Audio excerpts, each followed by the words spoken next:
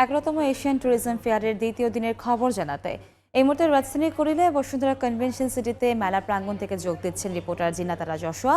আমরা সরাসরি চলে যাচ্ছি তার কাছে।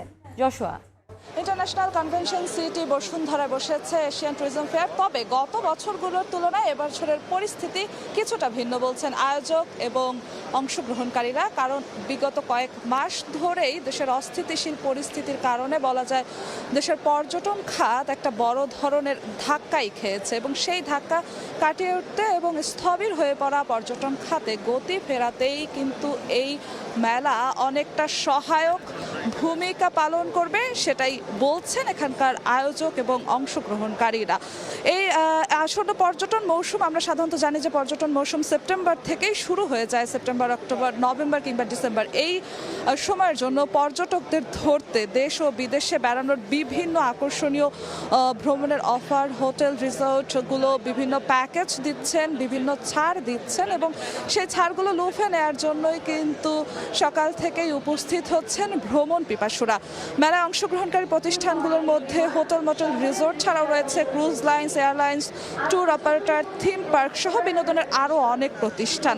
মূলত তারা বলছেন যে পর্যটন শিল্পে গতি ফেরাতেই আসলে এই মেলা তারা এবার আরও বেশি সহায়ক ভূমিকা পালন করবে এবং গতকাল বিকেলেই এই মেলার উদ্বোধন হয়েছেন, চলবে আগামীকাল পর্যন্ত এবং তারা প্রত্যাশা করছেন যে আগামীকাল পর্যন্ত তারা নির্দিষ্ট পরিমাণের ভ্রমণ পিপাসু মানুষের দেখা পাবেন এবং যেই উদ্দেশ্যে তারা এই মেলায় অংশগ্রহণ করেছেন সেই উদ্দেশ্য সফল হবে এবং তারা পর্যটন খাতের গতি ফেরাতে পারবেন। এবং সেই সঙ্গে একটু জানিয়ে রাখতে চাই যে এবছর শুধু এখানে বাংলাদেশের ট্যুরিজমে সংশ্লিষ্ট সংস্থাগুলোই আসেনি, এসেছে বিশ্বের আরও বিভিন্ন দেশ, যেমন চীন, ভিয়েতনাম, ভুটান, ফিলিপাইন্স, মালদ্বীপ সহ বিভিন্ন দেশ এসেছে এবং সেই দেশের সংস্থাগুলো এসেছে এবং গতকালও সেই দেশের হাই কমিশনার, কয়েকটি দেশের হাই কমিশনাররা এসেছেন উদ্বোধনী অনুষ্ঠানে।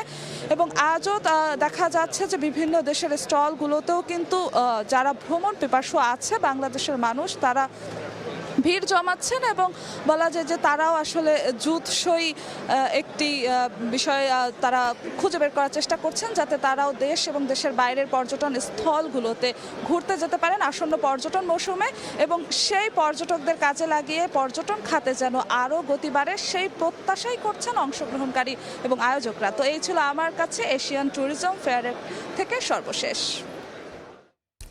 11তম এশিয়ান ট্যুরিজম ফেয়ারের দ্বিতীয় দিনের খবর জানতে আমরা সরাসরি যুক্ত ছিলাম বসুন্ধরা কনভেনশন সিটির মেলা প্রাঙ্গণ থেকে।